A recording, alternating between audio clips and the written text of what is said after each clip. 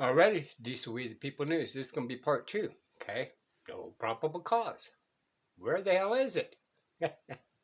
Official oppression here today. This is a fake indictment that a friend of mine is actually in jail over. Again, it goes down to probable cause because the indictments, all an indictment does is it says that there's probable cause. And so we have here a fake indictment. So this Betty whoever says the foreman of a grand jury, there's a friend of mine that says that they actually get court clerks. A court clerk actually admitted to him that, oh yeah, I sign those things all the time. Anyways, on top of that, they modified the indictment, which is illegal as well, okay? And it doesn't say it's... So when they modify it and it's illegal, that goes back to that number we just talked about, the Penal Code 390.03, right? True bill. It's called a bill of indictment, which is illegal as well, okay? And it doesn't say it's a true bill. It's called a bill of indictment, folks. You need to understand that. It's a bill of indictment. If it doesn't say true bill, then it's not a true bill. It's not a true bill of indictment. It's a fake one. It must say it's a true bill. It's a bill of indictment. If it does not say it's a true bill, then it isn't a true bill of indictment.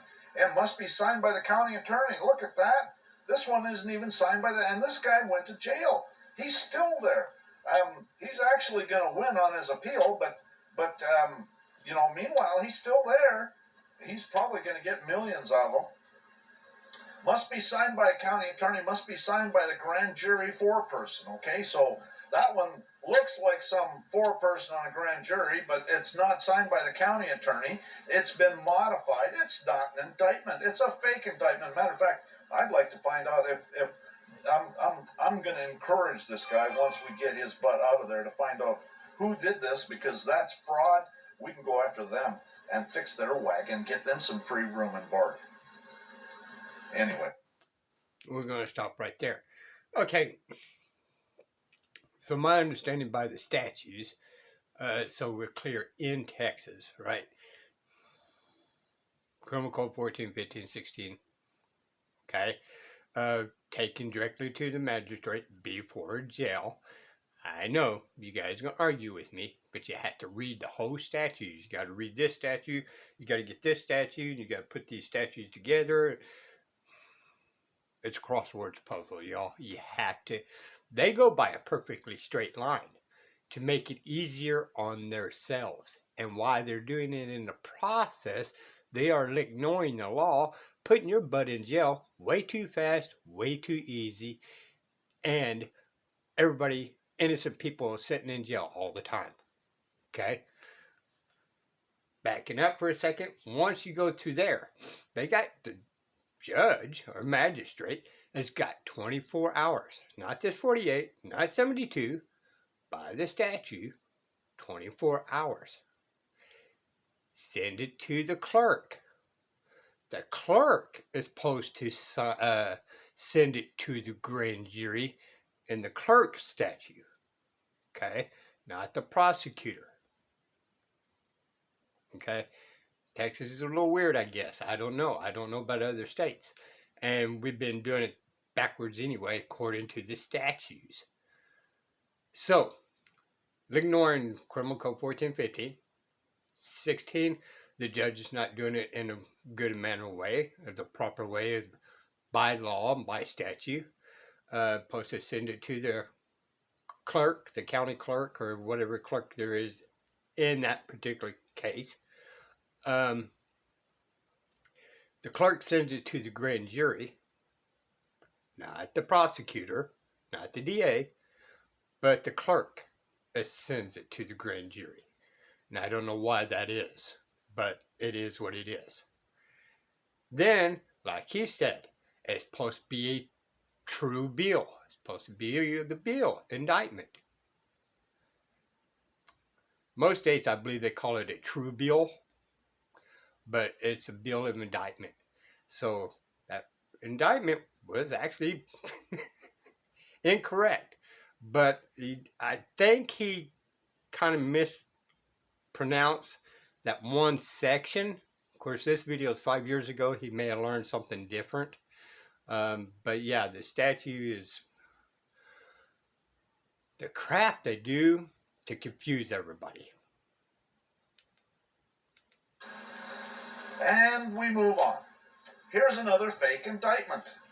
This one is signed, the foreman of the grand jury is Richard Sapp. Well, yeah, he is a sap, all right. And the criminal district attorney, Joe Shannon Jr. was a criminal district attorney, but that's not a signature, that's a stamp. Somebody stamped that there, and it's interesting to note that he didn't run for re-election, and I wonder if it's related to this, quite frankly. This guy's in jail for attempted murder, and he's been in jail for 8 years, and we're gonna I think we can get him out of there too, but again, another fake indictment. It doesn't say it's a true bill, which it means it's not a true bill. In Texas, they do this stuff. I'm seeing this stuff all the time. So in Texas, it's actually every single case. Now, that being said, I did get a copy of indictment. So it does bring up to my rise. I need to really look in there tomorrow because I got it a couple of days ago. It's just I've been busy doing other things. So I actually need to look at the indictment and see if it's a bill. a malicious prosecution is fake indictments or Class C misdemeanors in Texas. Okay, so then they're all malicious prosecutions, but you still have to file a lawsuit with the bail. Oh, P.S. The indictment I'm speaking of wasn't for me per se. It's for someone that I know. Okay. And yes, he gave me consent to check it out. And that's what I did recently is I filed one. And I really got belligerent in this one.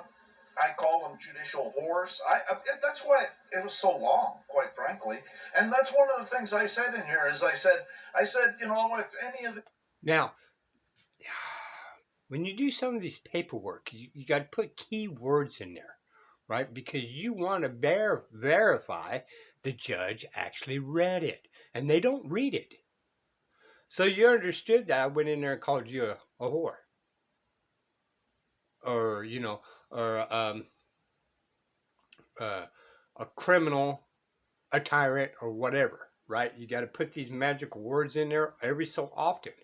So that way you can challenge it. Oh, so now you know he didn't read it or she didn't read it. There are actually that gives you an idea to file a canon complaint on the judge because he's already been one-sided by being in that court one-sided. If he didn't read your paperwork, he's one-sided. The bar member clerks masquerading as judges don't like the length of this thing. And again, if he's doing that, you go back to what? That criminal code complaint of 39.03.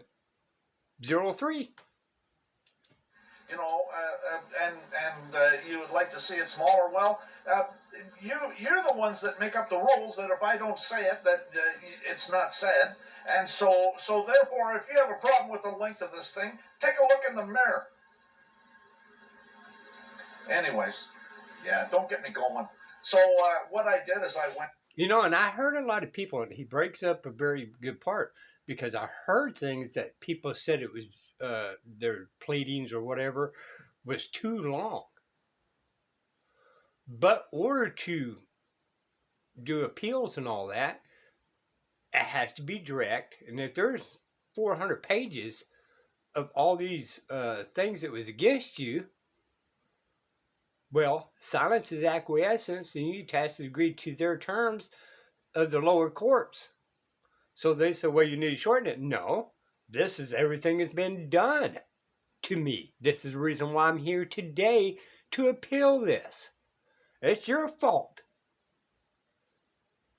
that I'm supposed to have all this done. Through, and I explained how they're all bar members. Bar members are foreign agents of the Roman cult, and they're operating under the UN, and they're bought and paid for clerks masquerading as judges, and they're whores selling their just us. And so, and I even said it like there was there's probably about 50 times that I say the bought and paid for clerk masquerading as a judge, Roman cult bar member slash whore selling their just us, and then I make a statement. I probably put it in there about 50 times. Anyways, Again, we need to do these things just the simple fact to get their attention and see if they're reading it. Again, if they're not reading it, well, did you understand I put this in there? Are you not going to rebut it or anything like that? And well, no, I didn't. I didn't see it in there. Huh? I wonder why, people. I can't believe it. They were real nice to me. And I told them, I'm not following your rules. I'm not affecting service. If you want to affect service, knock yourself out. You got a whole bunch of U.S. Marshals down there. You can affect service. And and I told them that I'm not following your rules. I'm not taking your orders. And they're really nice. Matter of fact, what they did was usually, I'll tell you, I've done this enough times. Usually they dismiss it and they get nasty and all the rest of the stuff, and they're going to move it to a different federal court. I filed it in Dallas. They accepted it, no filing fee. Didn't even ask for a filing fee. And then they went and they gave it a case number, and then they went and sent it to. They're going to move it over to Fort Worth because. Now, educational purpose only, not attorney, not giving legal advice. Now, in common law, to get remedy, if the court's asking for you to be charged for a filing fee and all that, the common law calls that, what do they call it? Not domestic abuse, but battery. All right. I still go with domestic abuse along with that.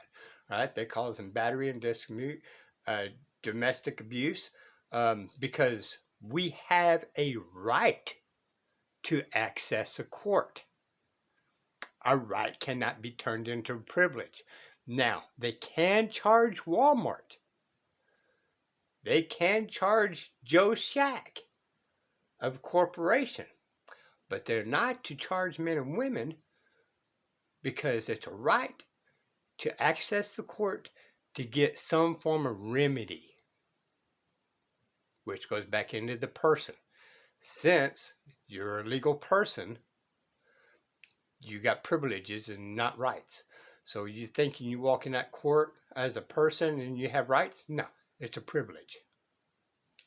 The city that I'm suing and the two cities actually are both in the Fort Worth district. Mail a check here.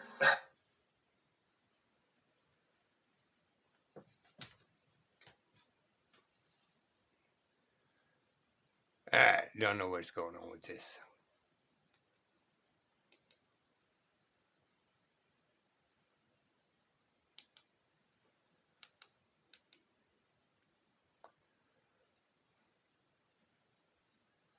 All right, well, we're going to call this good for right now.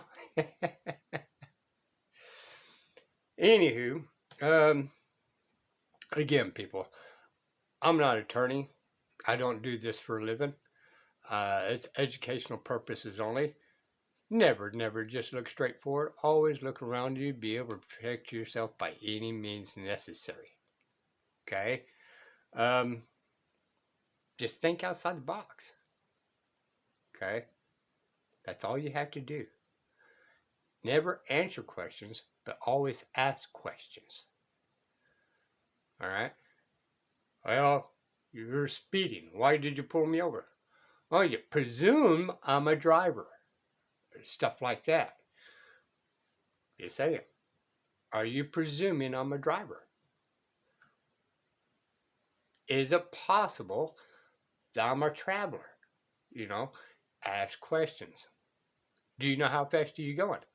Officer, do you know how fast you're going? You know, ask the direct questions. Play the child game, right? A copycat. Do you know your name? Do you know your name? What's your address? What's your address? Try to answer as less question as possible, because every question you ask will be held against you in a court of law. No ifs, ands, or buts. Okay? Your name is held against you. That's the reason why the Fourth Amendment says description of the person. Not the name, description. Never said address. All right? If it was that important for the founding fathers to have these things in there, it would have been in there. The main thing about the Constitution is to keep with strength on them. Right? It reels them back in place. But we have forgotten it. And we just keep complying. Well, the law says you got to show your driver's license, insurance, registration, and not. That's evidence, people, against you. They are violating the Fifth Amendment and forcing you into it, which is what not Pennsylvania versus NIMS, but Kerry, right? Well, let's see. No, the Miranda. Sorry, that would be the Miranda, right? They cannot compel you to give evidence against yourself,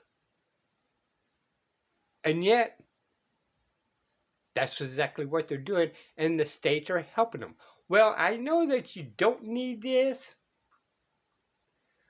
but